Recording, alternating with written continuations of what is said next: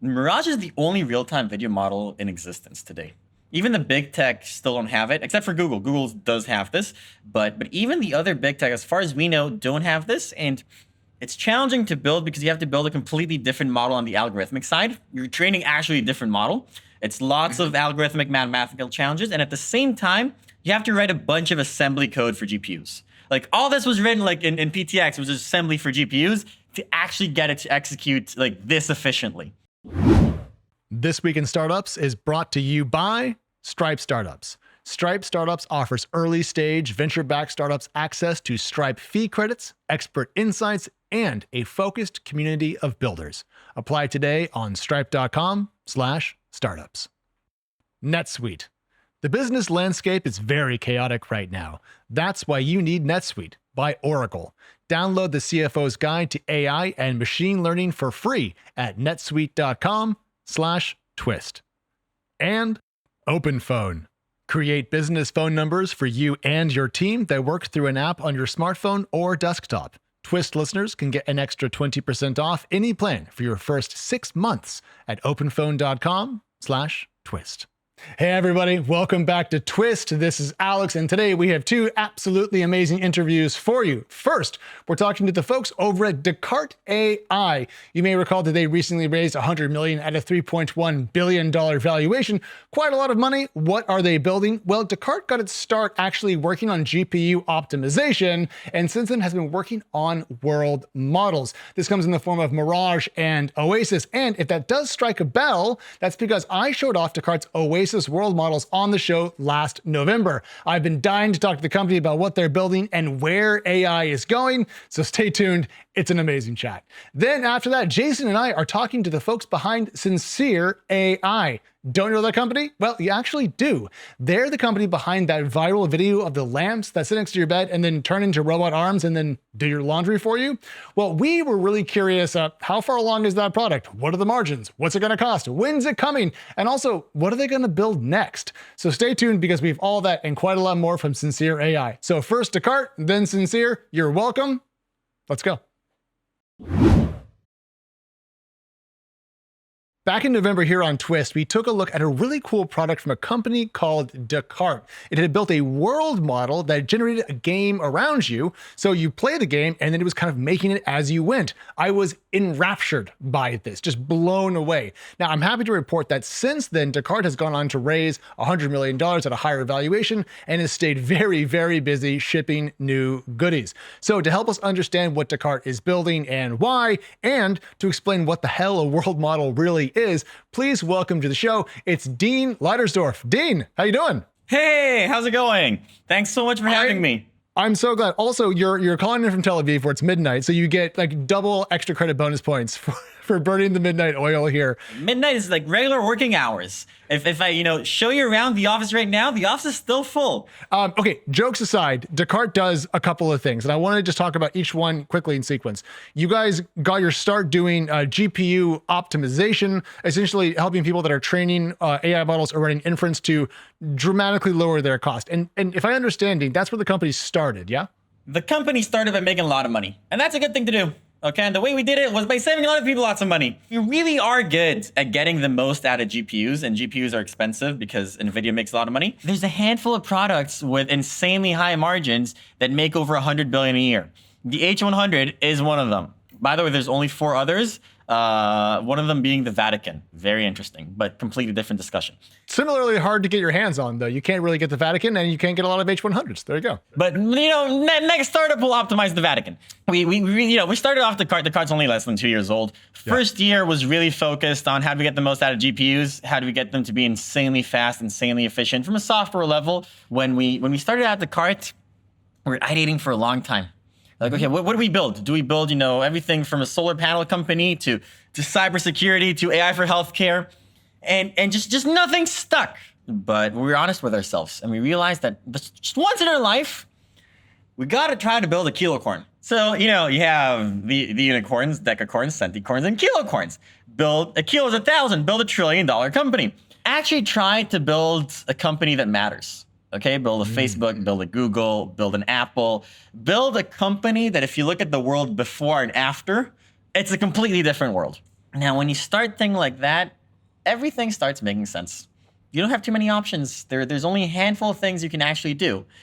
And in our day and age, I think there's pretty much only one thing you can actually do. Create a billion user consumer experience. That ChatGPT is the last billion user app out of it. I just can't. Oh, no, I don't think it is. But so billion user consumer application, it has to be something then that I'm going to touch every day. It has to be accessible via standard communication devices because you can't reach a billion people otherwise. So how did you narrow down to what to build to meet that standard? Okay. I have to actually show you something. Let me show you something. Okay, let's do it. Okay. I don't know if you saw this, but we launched Mirage recently. As you can see, this is Mirage, and you can see the real me, and now you can see me in the Versailles Palace, or you can see me in a blocky kind of world, okay? Or you can see me in anime.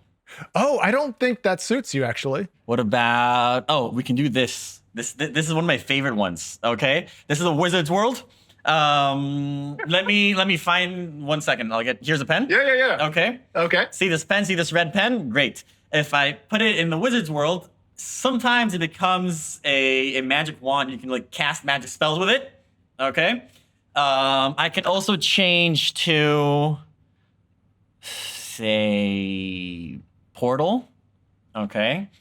And then if I have a shampoo bottle here. Standard office accoutrement. No, we actually do have a shower here because I am going to go shower after this before we go to bed because they have a bed in the office.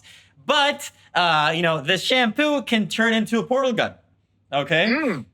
And you can try to launch portals with this. Every once in a while, it does work. With the next version of the model, you'll be able to just say like, okay, launch portal, and then like, boom, it'll open up.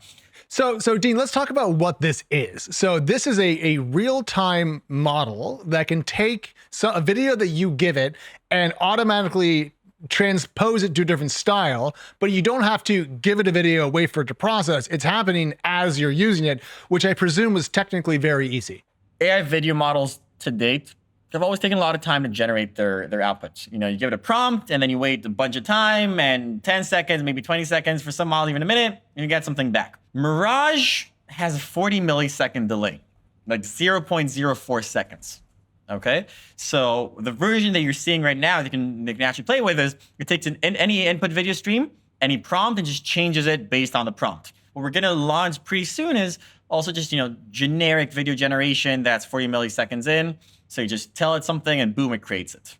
So in the case of the real-time usage, what you just showed me with it making you into different forms, 40 milliseconds, is that a lot or a little? Because I know that if I'm playing a first-person shooter in a competitive environment, that's probably a lot. But for pretty much everything else, that seems quick enough, I think. Exactly. We're also going to be dropping it pretty soon. It should reach like 16 milliseconds a month from now.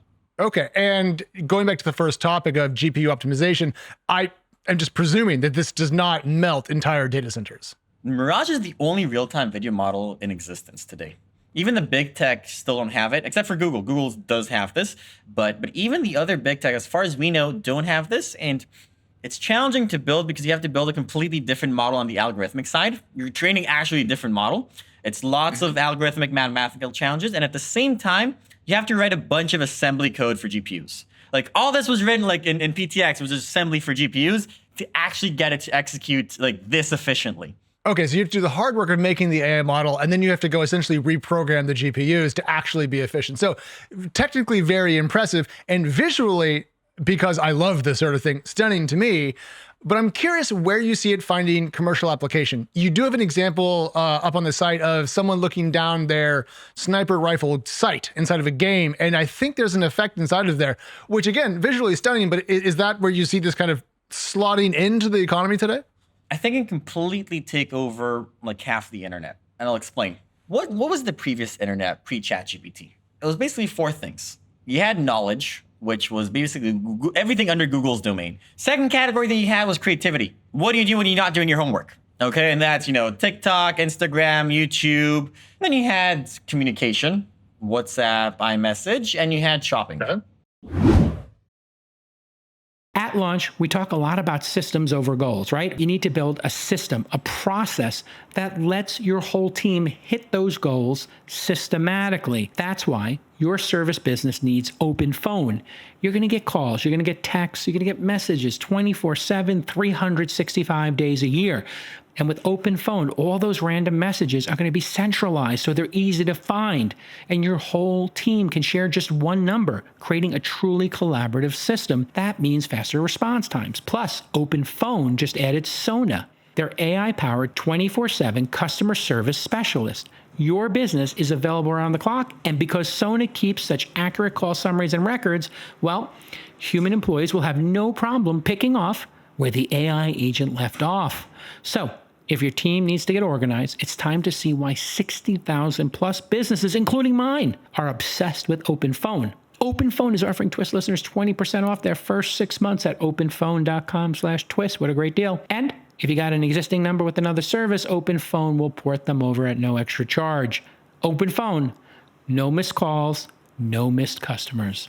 Chatbots have completely taken over the first portion of the internet. It's gone. The knowledge portion. The knowledge portion, exactly. I don't know who will win, if it'll be OpenAI or Gemini or XAI, whoever, but chatbots are the way humanity is going to access knowledge and going to create knowledge going forward. That's it. Well, then it is done. Shopping, I think, will be split in two.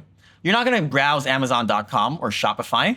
Your chatbot's going to tell you, hey, look, here's something cool, or, try this on or whatever. Messaging, completely different topic. I can get into it, but I do think chatbots will take over that as well. And we're left over with creativity. Which is a quarter of the prior internet, going by one of 4 categories. It is the largest. And the nice thing is that as we get more productive and we spend less time doing our work, it's the only category that's growing. That fundamentally has to grow. If we now have to do 4 days a week of work or 3 days a week of work as bots start making us more productive, we're gonna have more and more and more creativity time. What's going to completely change your experience when you're having fun? That is, I think, the biggest open question today in the consumer internet. Someone is going to answer that question in the next year, and whoever answers that question is going to be a $1 trillion company. So to me, what you're describing sounds like a new world that we inhabit that is persistently drawn by, perhaps something along the lines of your Oasis model. Exactly. And that's where we get to what a world model is. It has an incredible ability to just look at a bunch of videos and get how the world behind them works, and then just let you come up with completely new worlds. For the first time, we can take what's in our mind and just instantly show it to ourselves and to others, and really have a completely immersive experience. No, I love that. Now, what you're describing to me still feels relatively single player, because the entertainment or consumption portion of the internet that we described, Netflix and TikTok and so forth, mostly consumption, not as much creation. It's a single player experience. What I think you're kind of talking about, though, feels much more multiplayer, as in you and I are doing this together. So are you and I sharing down the road when we're working towards 1 billion people in a kilo corn or whatever the fuck it was? Are we together, or are we still apart in that world? We just put up the Mirage demo 3 weeks ago, and we've been mind blown by what people do with it. And what blew us the most was that people actually did physical experiences together. So we had so many people just took out like broomsticks and started hitting each other. And they put like a Star Wars prompt, and it just turned into lightsabers and hitting each other with broomsticks. Suddenly becomes an okay thing to do when the world sees it as you guys having a lightsaber fight. I really think it'd be mind blowing to see if it creates a new reason for people to hang out in person, and just have some physical combined joint interaction and have the AI cast that into a different world. Did you ever play with Microsoft's HoloLens headset? No. We do have the Quest 3 and the Vision Pro here, but not the HoloLens. HoloLens blew me away. So I used to be a Microsoft Beat reporter, so I just covered the company. And I got invited up to Redmond for the HoloLens first day. Like, no one had knew this thing existed. And I was playing, I put it on, and suddenly I could play a game that was on a tabletop that was real, but the assets were digitally drawn on top of it. And I pushed little, it was kind of a Minecraft-ish game, like everything is at that level. And I kind of like pushed blocks through tables and got to interact digitally and physically at the same time. And I've never quite forgotten how straight up magic that felt. So I do think there's a point of synthesis. I think it's actually more of a physical form factor question than it is how does the software work. 100%. I think it's a physical form factor. Something that blew our minds with Mirage. Do you know how many hotels reached out to us? Hotels reached out to us and said, can we stick this in our lobbies? Oh, as a game. As exactly, as like a new game, a new experience. They're like, can we just stick this in our lobbies? They will put up a big TV screen and a nice camera on top, and people will just walk by and be like, huh, I'm in Frozen right now. And use that as a gateway to you arrived at your vacation. Imagine like you're going to a resort in the Bahamas, and so you walk up in front of the screen and you're all sweaty after your flight and everything, and suddenly, boom, you're in your beach shorts and everything's sunny, and we're like, huh, we never imagined that this is what people want to do the first week in Mirage. That is surprising. But if I was a Las Vegas hotel, I would put you in a James Bond style tux with a martini and a sack of roulette chips, for example.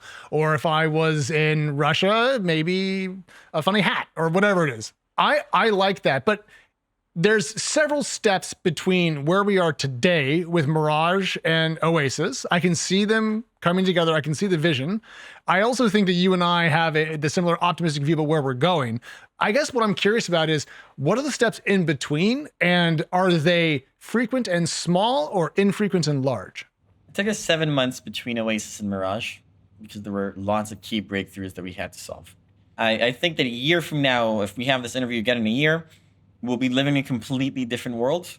And the answer of who gets to be the AI that you use when you're not doing your homework will probably be answered in this upcoming year, just because there's so many product advances that are going to be coming out based on this tech. Now, based on this tech, are you referring to AI as a whole, or what you guys are cooking up in particular? AI video and audio. The combination of AI video audio models, real time, is just going to is going to be incredibly fast, and it's going to also have so many products built on top of it.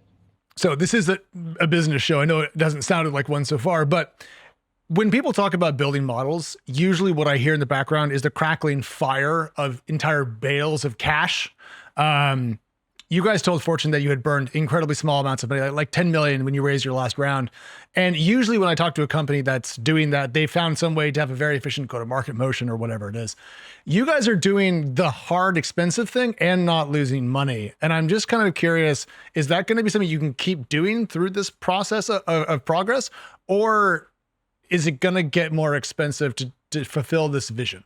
What's been very central to Decart from day one was being able to actually utilize GPUs incredibly efficiently. And we're significantly better than that in the rest of the industry. By doing this, we're actually able to do what costs hundreds of millions of dollars for other people in an order of magnitude less cash. That's a key fundamental advantage that we have. It is based on the tech stack that we built over the past 2 years.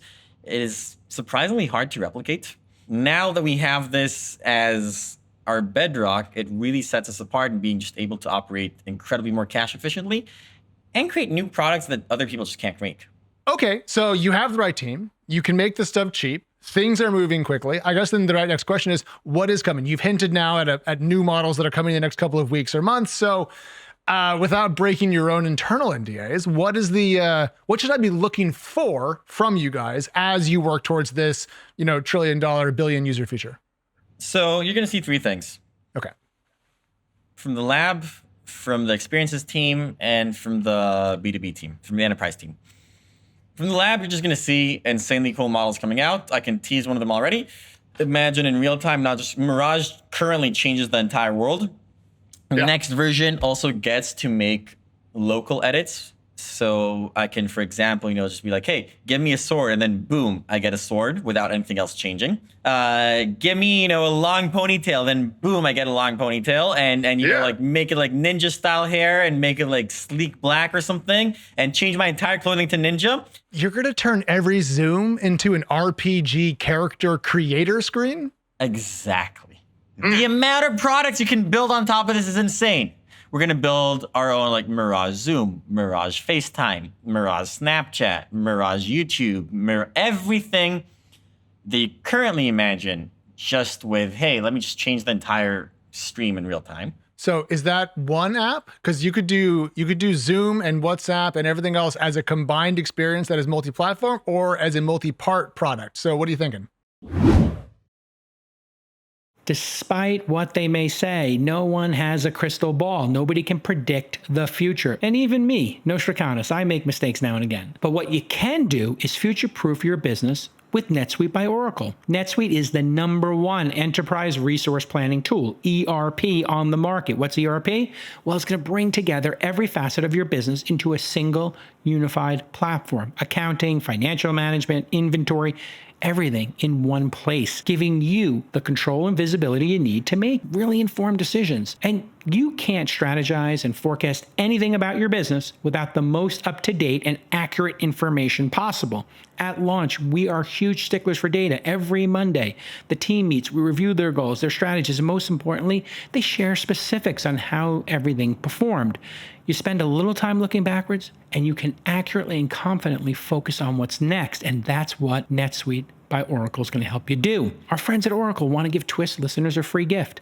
Download the CFO's Guide to AI and Machine Learning for free at netsuite.com/twist. Once again, netsuite.com/twist. We're going to be launching this in a combination. So a lot of it's going to be combined into one. Some of it will be standoff. For example, gaming. Gaming makes sense as its own gaming platform. We're going to be launching mods for some of the popular games. For example, you can install a mod and boom, change your Minecraft world into Frozen. So we're going to see gaming platforms. We're going to see social platforms. We have lots of products that we're going to launch very soon, built on this tech that we're creating. And the last part is we just had so much inbound for enterprise usage for this, from the entertainment space, from the education space. By the way, teachers love this. They can just turn their entire classroom into Safari or to dinosaurs or whatever. School has changed since I was there. Teachers are looking for something to keep kids engaged. Something mind-blowing that happened, hospitals reached out. One hospital reached out and was like, a big problem with hospitals is that, when you do a procedure on a child, they're scared and, they're uncomfortable. And so they try to distract them. And they showed them Mirage. And the kids were just captivated by it. Like, holy shit, look at what happened to me. I turned into something super cool. And the doctor was able to do whatever they need. Dentist office. My spouse is a physician who is also a pediatrician. So this is very apropos to the world that I'm right next to. So I can see the absolute demand for that. So many different domains that we probably can't even imagine where it begins, where it ends, but we can see where it begins. And so you're going to see all three things. You're going to see new models, new consumer experiences, and new enterprise applications. And then it'll be quite a ride. We have a few amazing weeks coming up. Okay, Dean, we've already gone way over time, so I have to kind of wrap us up here. But being very honest, I saw what you guys built. I loved it. I saw that you raised $100 million, I think like a $3.1 billion valuation. And I went, now I get it. There aren't that many companies, apart from maybe OpenAI, that are thinking this expensive and long-term.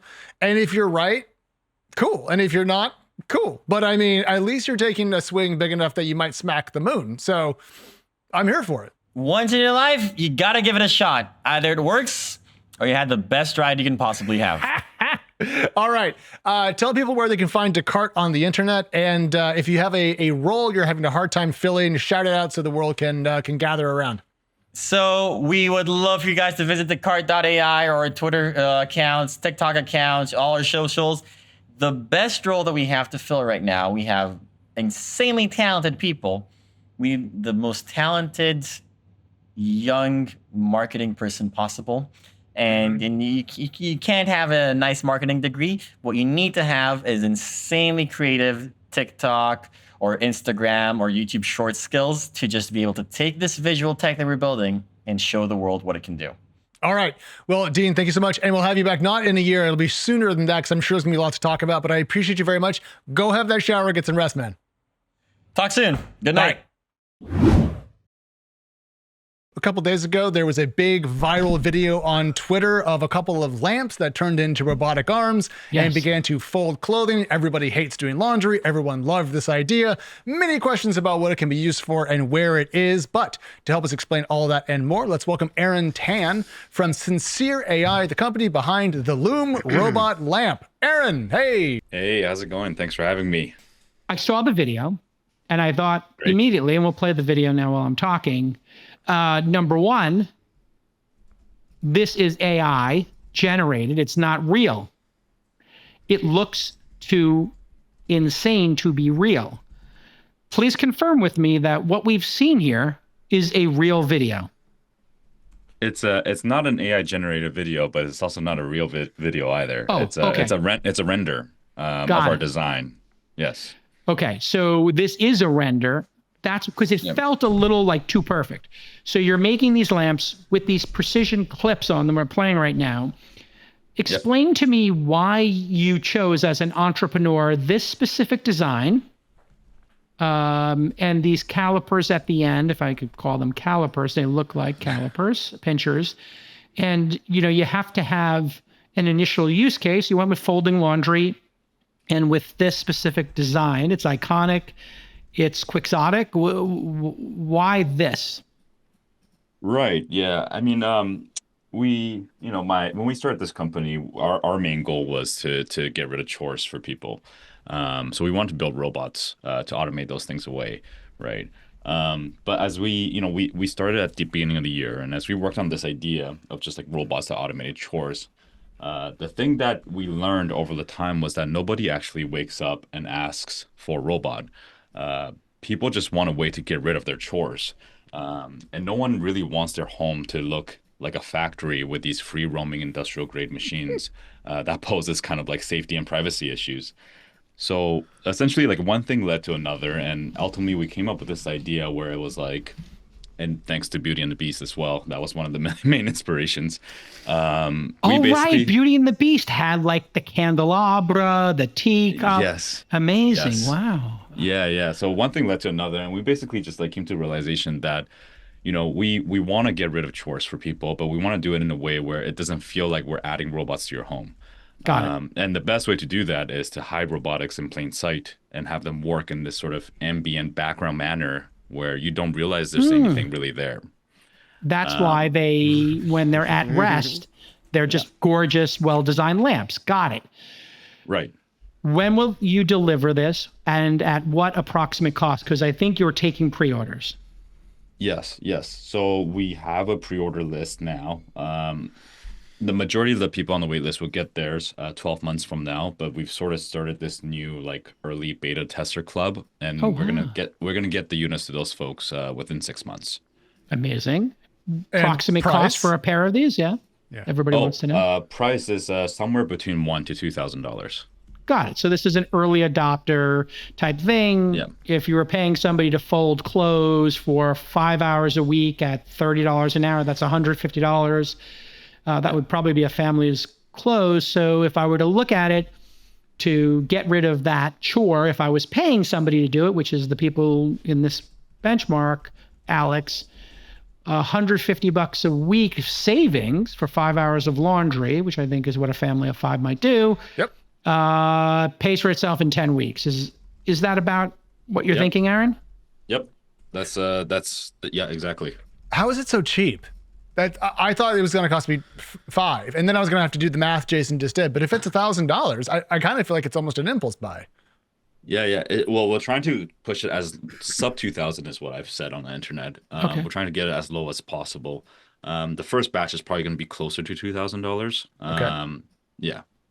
But the bomb on something like this, I'm guessing, is 80% of that cost, right? This isn't super expensive, but the first iterations you'll break even at while you refine it is kind of as an entrepreneur the plan? Yes. Okay. So go ahead, Alex. Oh, I was just curious, what you guys are going to work on next? Because I have a list of chores that I hate doing, and I could write it down for you. It's quite long. So once you figured out the laundry side of this, I presume Syncere AI, your company, is not going to stop at just folding stuff in my bedroom. So what's the next robot that's going to come out, and what are you going to hide it inside of? Yeah, I think as of right now, the current plan, at least what I'm allowed to share, is that we want to keep to the same form factor, but it will do more than laundry folding. We sort of envision these are like single floor lamps that you can kind of place anywhere in the home. They have limited mobility, so they can move around a little bit. And the whole idea is that depending on where they're placed, they can do tasks that contextually make sense in that particular area. Okay. So when it's like in your bedroom, laundry folding is, I think everyone can agree, is like the killer feature. But there's like other little things that people have asked for, like bed making, or even just simple things like holding an iPad in bed for you, all the way up to like massages and back rubs and all that kind of stuff, right? Everything is moving so fast at early stage startups today. It's amazing what I'm seeing people get done. Founders need simple solutions that can live in the background and solve their problems, right? Well, now there's Stripe Startups. Their startup program now offers a ton of benefits for your business. And this is when when a business like Stripe specifically creates something for startups, they really care about founders. So you get Stripe free credits, you get a unified dashboard where you can track your performance, and you can even start issuing your brand's own payment and credit cards in just weeks, not months. For AI companies specifically, that market is shifting and changing every day, requiring an unprecedented level of flexibility from payment providers and partners. That's why 78% of the Forbes AI 50 are already using Stripe as their financial infrastructure. Here's your call to action. Just learn more about this incredible program and apply today by visiting stripe.com/startups. Very simple. Stripe.com/startups. Yeah, there's an obvious next question to the background massage element of this, and you guys have spoken that those adult quote use cases are off the roadmap, right? Well, I'll say this: we'll have an app store, and the app store. Oh, here we go. Woo! It could get interesting quick. I could not have served up a bigger softball for you, and you just went, no, I'm not going to swing at that. I'm going to go the other way. I didn't even consider your line of questioning, Alex. Well done. Oh wow, yeah, no, it's grabby hands in bed, Jason. I mean, there's things that people are going to do with it, but people have said that you actually said that there's going to be over-the-air updates to this thing, so it's going to get smarter after I buy it. If I get the lamp from my bedroom, can I take it to my kitchen later on and have it help with the dishes, or will it be a separate device? You can certainly carry it and place it there if you like. But I sort of see this future where people probably have multiple floor lamps in their homes, all doing different things. Yeah. I mean, the way it's designed, you could easily see it by a kitchen island. Exactly. Cutting vegetables. Does it have casters on the bottom where it will move around your space? Like a caster's fancy word for wheels, I guess. Yeah, it does have wheels and they are actuated. That's how we have it in the prototype. I think the main thing we're trying to make sure we're doing is that we want to limit how much range of motion it has for safety reasons. I think that everybody in the home should at all times know where the robot exactly is. So there's no sort of like free roaming upstairs, downstairs into your private space, all that kind of stuff. So wherever you put it, whatever contextually makes sense in that limited range, we're picturing like 1 meter, 2 meters tops. It can handle the task there. How does it see? Because to be doing the laundry, it has to be able to have vision and to do other things. But also, you mentioned privacy, and I just realized that if I do have both these lamps in my bedroom, I might not want them to be washing all the time. Yeah. No, that's a great question. This is something that we thought carefully of. The best way for me to show you is we have a sort of an early prototype here. So this thing is designed. The short answer is that the camera and everything that is robotic about this lamp is housed inside the lamp hoods. So only when you give it permission does it then open up, reveal the camera, reveal the sort of robot fingers. So these lamp hoods almost act as, not almost, they act exactly as mechanical shutters that some folks have on their laptops or whatever. So only until you've given it permission does everything robotic about it reveals itself. Otherwise, it's all nicely packaged and sort of contained inside the lamp hoods. how much did you raise or does one need to raise, and what lunatic backed this company? Because this is, So I mean, you got to have a real, yeah. Takes a unique person, I think. yeah, it's a bit unorthodox. Unorthodox, thank you. Yeah, I've heard all sort of things. When we first started pitching this, we were like, oh, we're gonna build robot lamps that fold laundry, and everybody sort of told us like those words don't feel like they belong next to each other. But in terms of the raise, we're actually still in the middle of the fundraise, hence the reschedule of the pod. I would have more to share on that maybe a week from now. Okay, well, I'm stoked, Jason. I think this is awesome. I think this is exactly what I want to see. I think we've talked about humanoid robots in the show a lot because they're a great idea for a lot of settings. But I also think it's a good point about the house. I don't actually probably have room for a humanoid robot to be bouncing around the house. It would get in the way. That's what closets for. There's going to be like I think everybody's going to have a robot closet where the robot goes to just, tell it to go into the pantry. And it's like C-3PO is going to be in the pantry like, oh, what did I do? It's like, just go into the oil tank. Remember, he goes into the oil tank and does all his stuff. Have you read Murderbot, Jason, the series? I have not. Murderbot is about a robot it's a humanoid robot, and it's just kind of sad all the time. And so it's this interesting story about it's basically a bodyguard robot that has sentience and gets sad. And it's now a series on, I think, Apple TV Plus. But I think we're gonna end up with very similar. He has a closet he goes to repair himself, which is why it came to mind. But I think we're going that way too. Aaron, this is incredible. Thank you. What's next? This is obviously one of a collection of robot operating system you're building, an app store. So you're going to have 4 or 5 different SKUs, I take it, over time? Yeah. I mean, I think lamps are such a sort of a personal thing that I think people will probably have different styles that they want that fits different parts of their homes. And we sort of see a product lineup of everything from tabletop lamps to floor lamps to lamps with multiple heads that could do different things. Yeah. That's the thing I think would be interesting, because you have those pinchers, but there are other attachments. So having it be able to go to, I don't know, maybe it's in its base, have 5 different types of hands for different purposes. Obviously, you don't want to be massaged with pinchers. That could be, I mean, unless you're into some shiatsu, I guess, or if you're into acupuncture. But whatever your bag is, Alex, maybe you want pain in your massage. I'm sorry. I'm a really big science fiction fan. I'm pro robotics. I love technology. I'm a capitalist. I will never get acupuncture from the lamp beside my bed. That's where I draw. I found it. There's my line, Jason, right there. Wait, you're saying Murderbot, editorial director Lon, air director, says Murderbot's going to become an Apple TV Plus series? Yeah, I think the first season's out now. All right, you learned something new here. All right, listen, Aaron, continued success. If you're raising, you have my email. If you happen to raise money at some point, I might want to join this lunatic investor group that you're assembling, if you are in fact, or maybe you're just doing this off of profits, but which is also notable. But gosh, this is the kind of crazy I'm here for.